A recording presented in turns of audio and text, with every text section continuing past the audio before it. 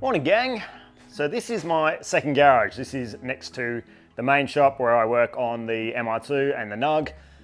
This is kind of a storage space for the XL and for the Sora, but also I want to make this into a machinery shop. You can see behind me I've got a very cool little old Milford lathe. They're awesome. I've got my sandblaster, which you've seen in previous episodes, but this place is a fair mess. I've got the old Unimig that is now going to be retired, as I've got my new one. And I've got an old dishwasher here from when we moved into the house. Stuff I need to get rid of, but I also need to find storage for the bikes. I want to set up some benches. I found some old side tables and benches in hard rubbish that I want to create into workshop benches. So today we're going to do that. But first, I want to show you this. I haven't unpacked it yet.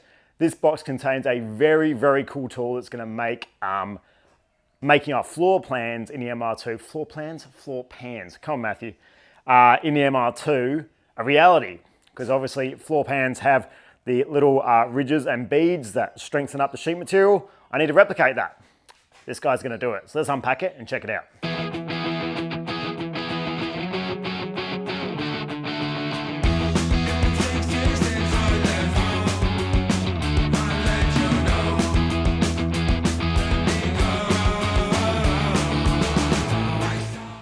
Okay, so what is this thing and why is it so rad? Well, this is a multiple tool, but a couple of things it can do. It can shear metal, so basically cutting nice lines in sheet metal. It's got the shears on there at the moment, but it can also do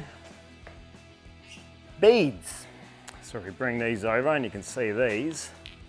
So you can see here, it's got the two dies. You can tell they fit together and it creates a bead in the sheet metal, which makes sheet metal a lot stronger. If you've got a flat piece of sheet metal, it can easily bend. If you start putting beads and lines and stuff in it and steps, it makes it a lot stronger. You can also do steps. So these are beads. We've also got dies here, which we can use to create little steps. So you can see when you weld two sheet pieces of metal together, they've usually got that little step and then they're tacked. We could do that with these. Very cool piece of kit. It's got the shears in it at the moment, so let's have a go at, I don't know, cutting some steel. Alrighty, I've got an old piece of steel here that I've been practicing welds on. So I think just gonna kind of get it started.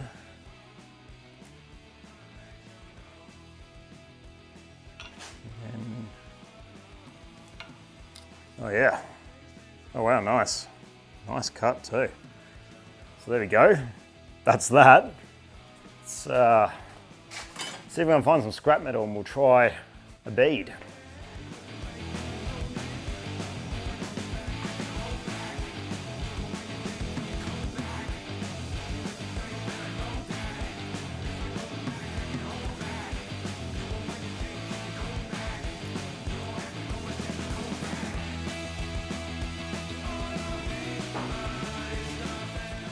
Right, I just went next door and cut a piece of sheet metal off. Give this bead roller a go. So we've got the crank handle on this side. So I don't know, we'll just chuck it in and give it a go, I guess. So we've got to bring it down. So it's gonna do it. Just try kind of there for now. It's literally the first time I'm doing it, so.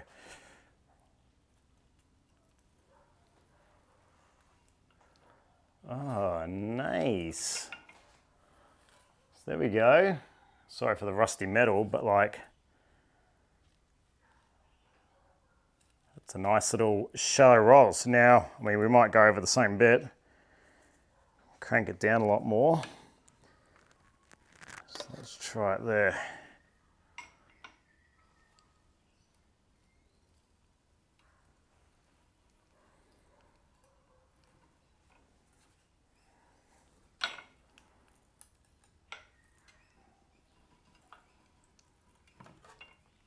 Sick. Look at that. So that's cool. So we can do the ridges in the footwell. Let's try another size, see what it does. All right, let's try these ones. So these are the little steps for doing the, I guess you call it a shelf, you know, for joining two pieces of metal together and stitching and all that sort of stuff. So let's try one of these. All right, let's get our rusty bit of steel. Let's see what we can do. Right there.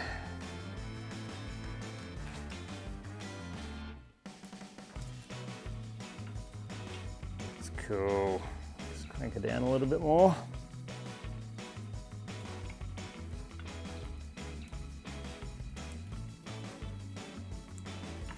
Obviously, that is not straight. That is a cool little shelf. Let's see if I can get the camera to focus. Little shelf there. So then we can join two pieces of metal together. Well with that. That's rad. All right, let's try a bigger bead.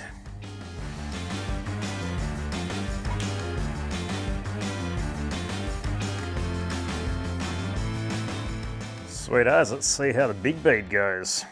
And the good thing is, it's got this whole massive throat here, so you can put big sheets all through here. You can literally do this into the middle, which is great. Let's bring that down a bit. All right, let's see how we go. Started, and might just clamp it down a bit.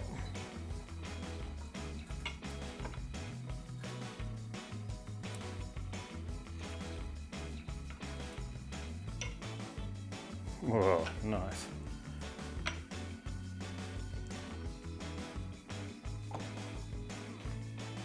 Cool as that. That is sick.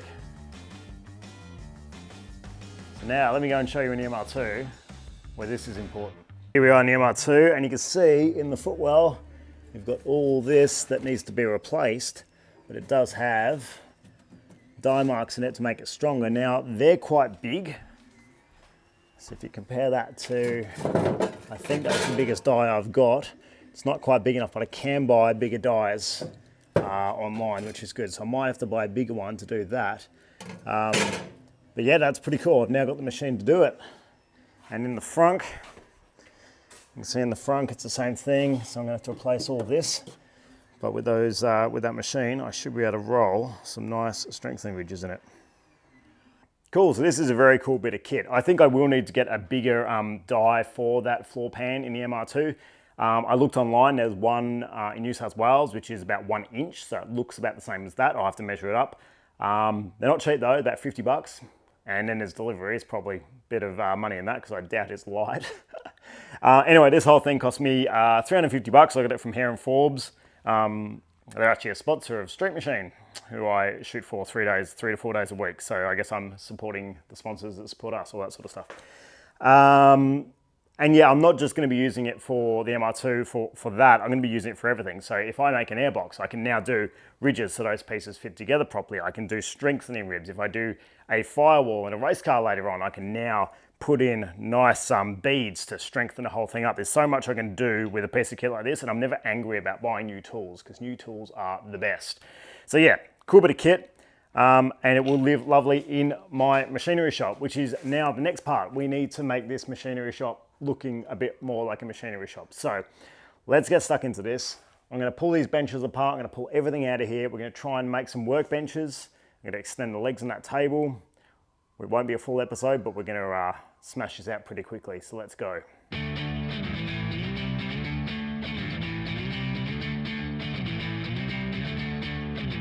Well, and that's the end of that. I literally just got started and got a phone call from my daycare saying my son is sick, he's teething, he's got a temperature. Of course he's got a temperature, he's freaking teething. Other parents will understand this. My 1 day a week to actually do stuff, and it's now stuffed. Woosa. Don't have kids.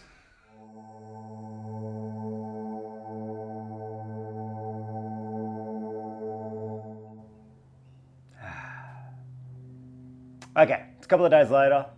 I'm chilled out now. I do love my kids. I'm not a monster. I don't like when they're sick. I just miss the freedom I had before them.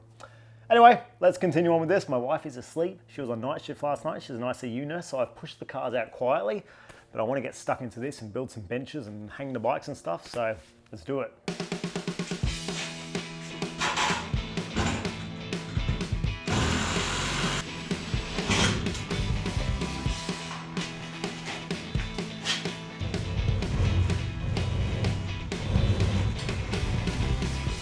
There you go, one bike gotten rid of. So those things are pretty cool. They're from eBay and it's just a pulley system. So I'd rather have a few more screws in it, but yeah, don't have the real estate for it. So anyway, wife's bike can live above the back of the XL, and that's great. It's not going anywhere. Pretty happy there. So one down.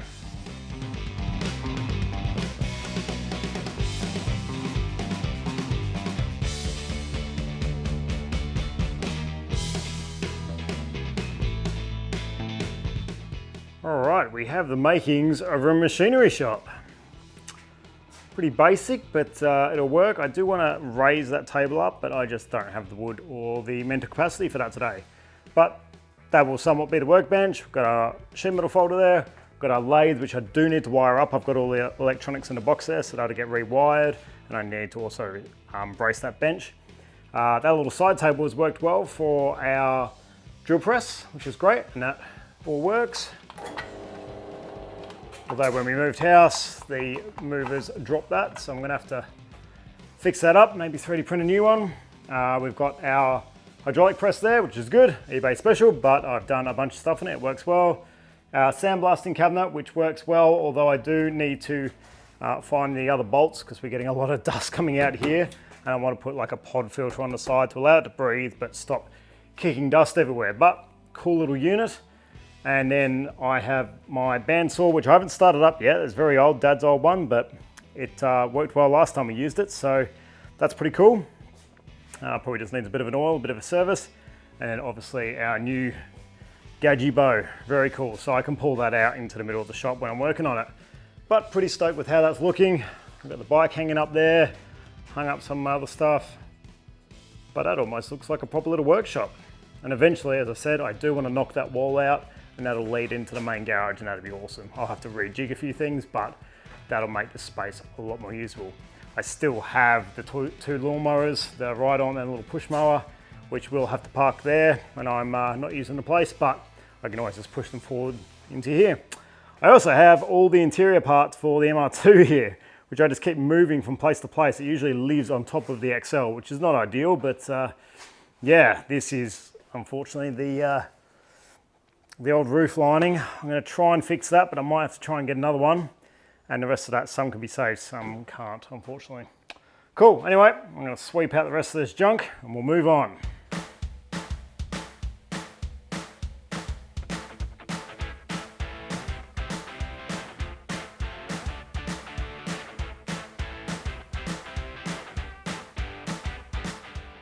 Cool. So the machinery shop's somewhat set up, which I'm pretty stoked about because that's been bugging me for a while and I needed to do it so we can use our bead roller. Now, I've found a bead roller, a 1-inch one, and what I've done is I measured the beads in the footwell and in the frunk, and then I obviously used my 1/2-inch bead roller and did the calculations, and that is a 1-inch bead.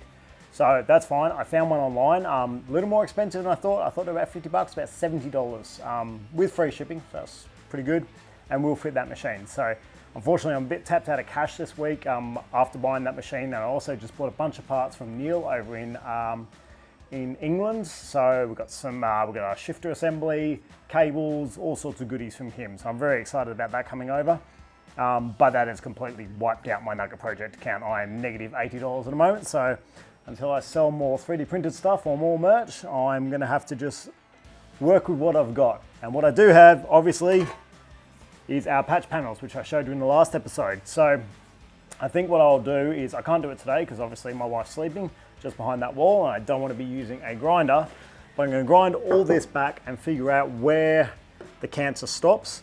You see, obviously it's pretty bad here, and this is, under here is a mess. So half of this is just, I don't think that's even metal. I literally think, that's just bog. Like, I don't think that's even steel. Yeah. That is bog. There's literally no metal in that. Wow. So that's a mess. Anyway, so they have literally just bogged up that section. Luckily, we can replace the whole lot. So I'll grind all this back and find out where the bog finishes and where the car starts. And then, because we won't use this whole thing, because that's all the way up there, and this arch is much more aggressive than this arch, so it doesn't quite match. So I'm hoping we can get away with not going too far up, although I might have to just get in there and just bend this a bit more to change the angle. But anyway, we'll grind that back and we will fit that on, and I think I'll be doing that next Friday. So let's just fast forward now to next Friday.